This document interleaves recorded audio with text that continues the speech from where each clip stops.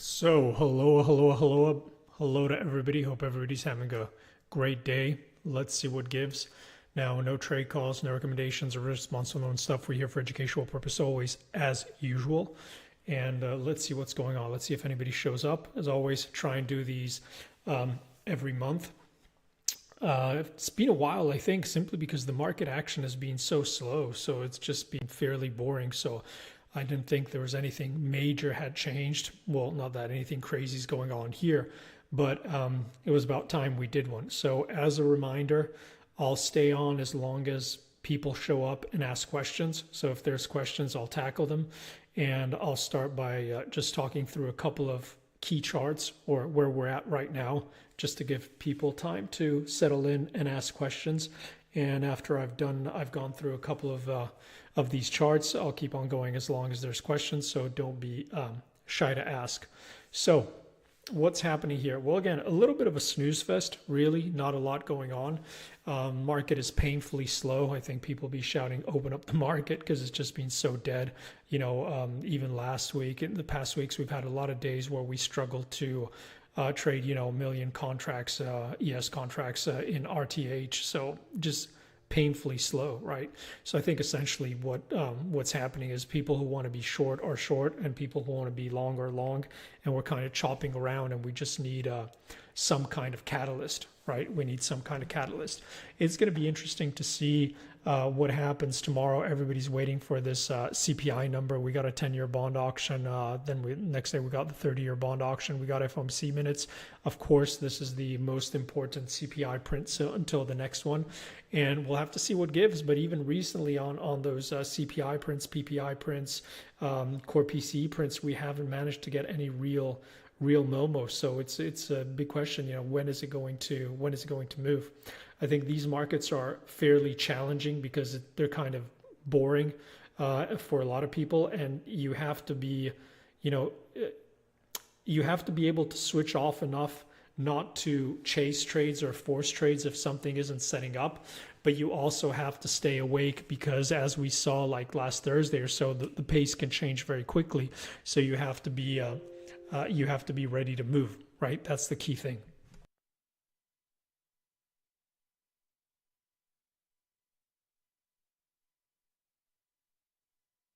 Right now, we've got a situation where equities have kind of stalled. Let's bring ES up. Equities have kind of stalled, and if you're looking at ES, YM, NASDAQ, or Russell, you can see that the 10-day moving average is being defended, and they're all working on short triggers, right, from the bigger time frame. And what that is, this reversals, negative daily close at all-time highs. These are potential very interesting reversal plays all the way back into the 200 DMA, and it could still hold the trend higher. So that's what you would be looking for. And right here, my base case assumption would be, again, as long as we hold below the 10-day moving average, this move has legs to try and unwind lower.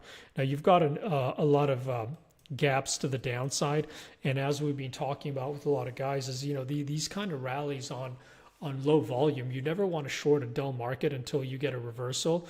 But you have to keep in mind that these grind higher are on weak structure, right? So what happens is, as soon as you get a little bit of selling, bam, it unwinds quicker. As we say, market taking the stairs up and the elevator down. And you can see it essentially on this latest move, where basically it took a bunch of days to go from A to B, and essentially we unwound the whole move in one day, right? So what was this? 1, 2, 3, 4, 5, 6, 7, 8, 9, 10, 11, 12, 13, 14, 15, 16, about 18 days, right? Chopping around to get up here, and then 1 or 2 days we just unwound it. So you just have to be a little bit careful. In terms of the broader picture, if we're looking at ES, maybe this gives a little bit of a context. What you can see is we had this market that was kind of moving around, pressing around ahead of the latest FOMC day. And basically what was happening is, market was going, we're going to come in, what are the dot plots going to show, 3 or 2, what's going on? And then, it came in and it's still 3 cuts, even though by a very, very tight margin, and the market ran with it, right? Now, what's happening is, despite the fact that it ran with it, it's really stalling. It actually stalled fairly pure at a 160 one extension. And here we came back down, as we started talking about, market having to price in these two cuts, no longer, this craziness, 7 cuts or so. And essentially where the market's come, it just unwound that whole of that FOMC range back towards where there was that panic thinking about 2 cuts. And now, bam, we got a little bit of a pop on Friday, and we're comfortably hovering inside the FOMC range. So right here, despite the fact that you've got that 10-day moving average coming inside here, the way I would look at it is really that as long as you're hovering inside this FOMC range, this is just velocity of move inside range, and it doesn't really mean anything, right? Essentially, what you have to keep in mind is what I said before. Everybody who wants to be short is likely already short with stops above these highs, right? And everybody who is long is still riding long and really doesn't have any reason to cover unless we really start to break down some bigger levels to the downside. So it's just a waiting game. Velocity of move inside range, we have to wait for a catalyst. We have to see what's going on. But remember, when it's so slow, it's usually better to try not to read too much into the shorter time frame, because they can give you a lot of mixed messages or false messages, and a lot of charts intraday with the thin volume can trade out of sync. It's better to just focus on the bigger picture. So I would still use these daily charts to guide, right? And especially looking at this 10-day moving average as a bull bear line, and understand that for now the markets, all those indices are pretty much triggered short-term reversals. Again, corrective, not for the end of the world. And as long as they hold below that 10-day moving average, chances are we're going to try and correct further. On the move down, the previous all-time high, that 0% of the current move, you'll probably see buyers trying to support here.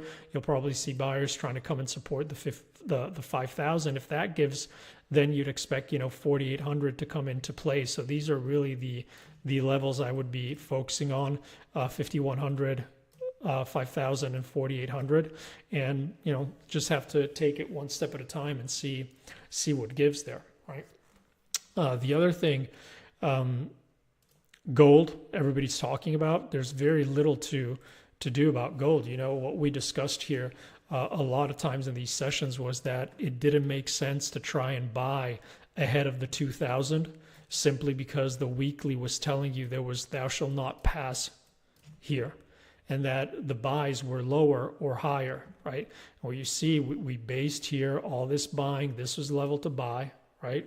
Or inside the range, it's very choppy, but we said this is, multi-year kind of pressing against multi-year high, and usually there's no such thing as a triple top, a quadruple top. Sooner or later those tend to break higher, and the breaks, all-time highs, are bullish, all-time lows are bearish. You never fade, you never sell new all-time highs, you never buy new all-time lows, and this is just the breakout. So here you can try and look at all kinds of fibs to give you some kind of upside target, but really sky's the limit. I think some people will be trying to fib this move here, right? This hold, and this is essentially giving you we're through the 123, the 150 extension is like 2,600.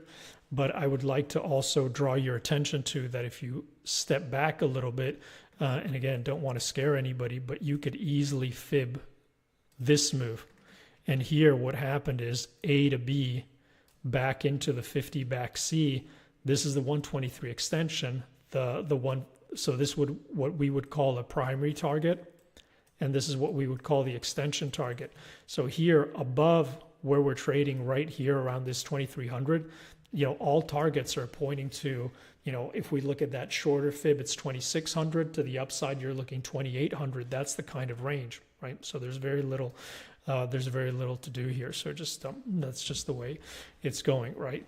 The other thing which I think is interesting, and we've been pointing out here for a long time, is the move in crude, right? And we said, this looks like it's coiling higher, really trying to move higher. And the risk is that this is going back into the 90s. Now, of course, here, as we've been talking about, if you see the data, inflation data, if you look at crude, if you look at how all the commodities are trading, it's really not what the Fed wants to see.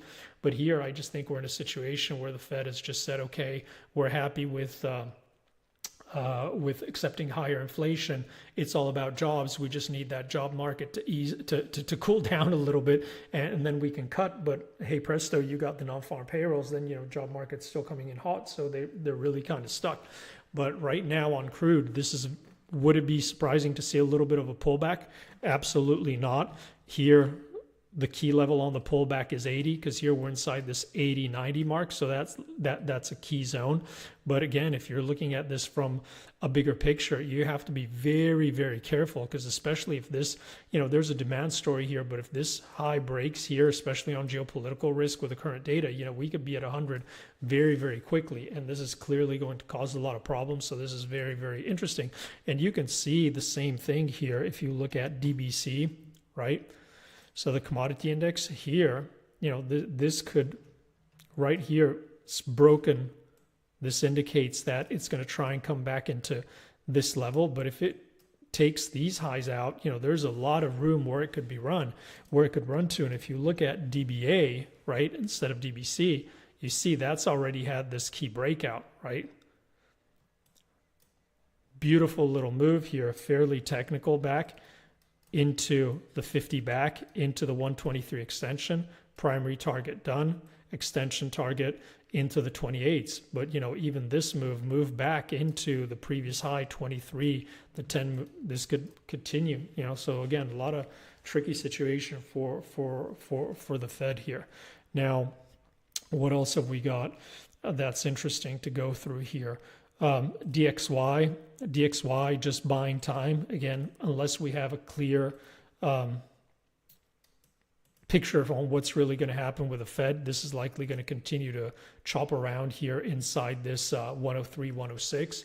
The talk was, and we've discussed this on Twitter too, I pointed this when it started to rip, is that basically, all the other central banks are outdoing the Fed. So, there's only one place for the dollar to go, and that is higher. Now, it's going to be interesting to see this week. We've got RBNZ, BOC, ECB, and we'll have to see. That's all you have to watch, right? As long as those other central banks are outdoing the Fed, then the dollar is likely going to continue to stay bid and continue to rip to the upside. If something changes, then it's probably going to keep on getting smacked down and chop around inside this this range. It's just a waiting game, right? Just a waiting game. In terms of FX, everybody talking about the yen. I can't remember if I talked about this on Twitter, but this looks like it wants to break higher, holding that 152 right here. It'd probably take a miracle for it not to clip stops above the 152. Where every single retail stop is above the 152. Where there's a bunch of buy stops above the 152. So it would be very rare that 152 doesn't get tagged. Right here, if you're looking at it also from a bigger picture, right? No such thing as a triple top. This really looks like it wants to break higher, and it really looks like it wants to try and move back into the 160s. Is it an easy trade? No, because you're likely going to get a lot of jawboning from the BOJ, from the MOF. So it's just going to be likely fairly messy. They'll probably, on a rip, it might pop 200, 300, 400, who knows? Then they might intervene. It'll probably drop a couple, 200, 300, 400, but it's just going to be a messy trade. But clearly, technically, it looks like it wants to go higher. And keep in mind, you can look at the CPI data. You can keep the data. It's fairly easy, right?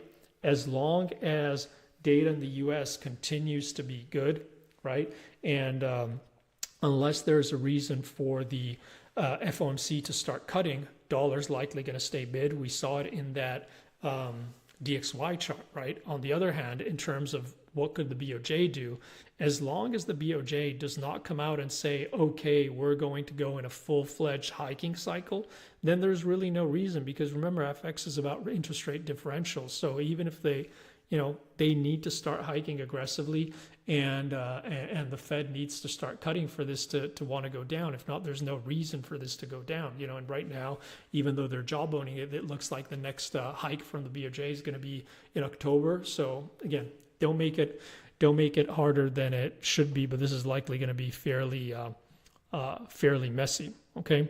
Now, the other thing, which again, there's a lot of interesting, if you want to go through, you can go through a lot of those monthly charts on stuff like Apple, Tesla, AMD. You've got some fairly aggressive selling. To me, it really looks like there's a lot of distribution at highs on equities, and we're due for some kind of a pullback. But as always, I'm just going to stick to the levels, right?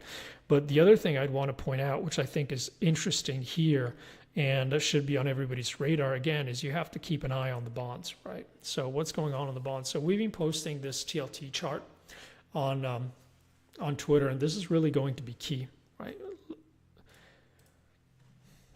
Right now, for all the talk about, the Barron's bottom on bonds, etc., here, if you look since the beginning of the year, you can slice and dice it whichever way you want, but the only thing that is clear here is that we had a breakup, right? And if this was explosive, this dip, so let's call it A, B, C, that got bought would have made a new high, right? Instead, the reality is that it is making a series of lower highs.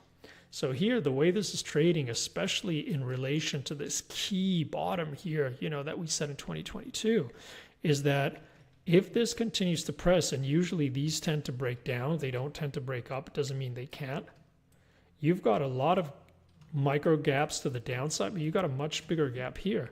Now, clearly, unless the Fed is going to hike again, it's unlikely that we make a new low, but there could be a huge air pocket that gets hit and catches a lot of people off guard. So I'd be very, very careful here. So to me, if you're looking to buy this, you're looking for buys on a flush much lower, or you're looking buys on a break up here to try and play for this move. But right now, it's not looking very bullish at all. It's going to be very interesting. Clearly, if it starts to close back above this descending trend line and all this cluster of flattening moving averages, it becomes very interesting for a move to the upside. But right now, all the moving averages are to the upside. It's breaking down. This is looking heavy, right? And this is a pattern you can see across the board. UBs we'll have to see, but on the edge here. ZBs on the edge here. ZNs breaking down. ZFs on the edge. ZTs, of course, as you would expect, holding up better, but still not looking super pretty. So I think that's what you have to keep an eye out for. And as always, you want to keep an eye on not what the pumpers or the YOLOs are doing on stocks. You want to keep an eye on the bond market. That's going to give you a much better read of serious money, what serious people are doing. Again, joking. So again, that's pretty much what I'm looking at, and that's what I'm focused on in terms of quick market recap. I don't know if anybody has any questions. We haven't had any questions. Looks like everybody's shy. There are a bunch of people in the room, but it looks like people are shy. So again, if anybody has any comments or questions or charts they want to look at, I'll go through them. If not, we'll just call it a quick review and be done for the day.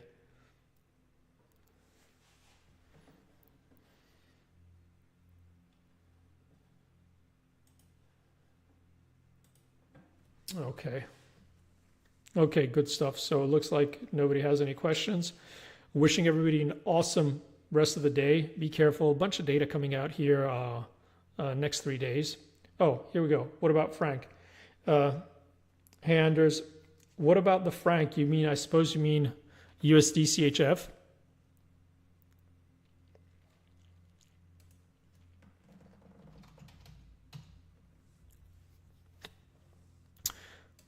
I don't know if you have any time frame you're looking at, but basically what's happening here. So let's clear up this chart.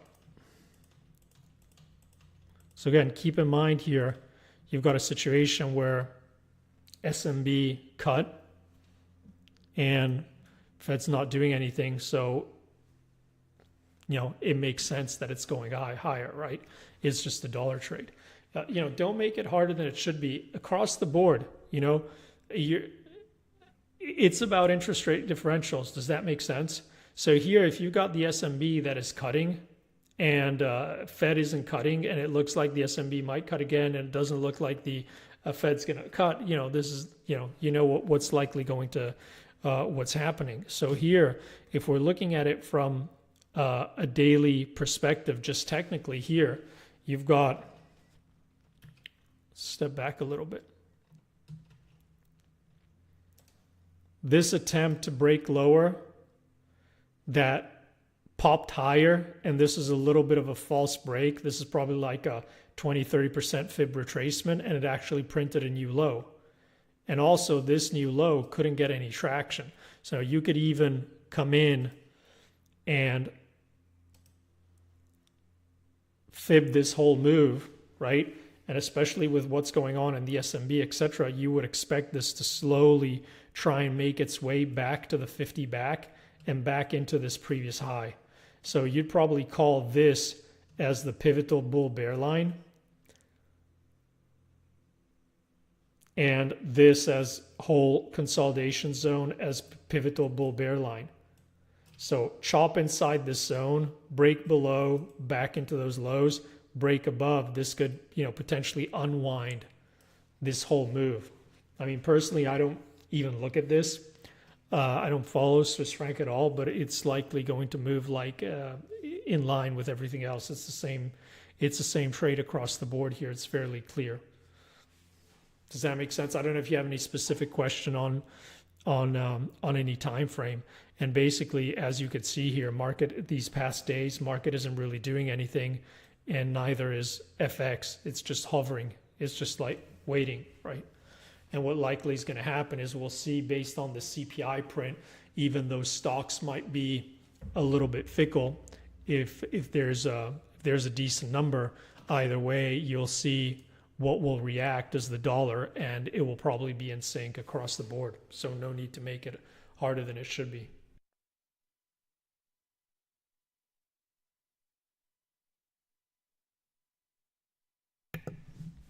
I don't know if that answers your question. Okay. Any other chart anybody wants to look at?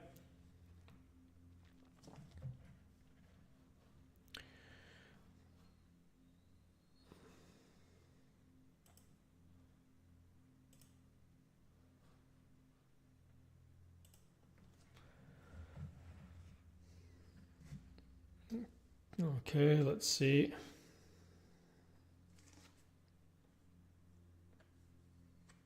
I mean, right here in general, the market is fairly, clear, the levels that have been set and what's happening. We just have to hope somebody presses the on button and we start to get a little bit of interest and a catalyst that's strong enough to get people interested enough to trade and do something. If not, we're just going to continue to be stuck in this chop fest. But again, be careful this week because there's potential for a lot of moves. Starting tomorrow, we got RBNZ. We got CPI out of the US. We got a BOC, Bank of Canada meeting. We got a couple of Fed speakers. We got the FOMC minutes. We got a 10-year bond auction. Thursday, we got that core PPI. You got the ECB press conference. You've got a bunch of FOMC members speaking. You've got that 30-year auction. And then on Friday, we got University of Michigan data out. So, I mean, on paper, there's stuff that should get the market moving, but you never know. We'll have to wait and see. Okay. Good stuff. Thank you for stopping by, everybody. All the best. Talk to you guys soon. Bye-bye.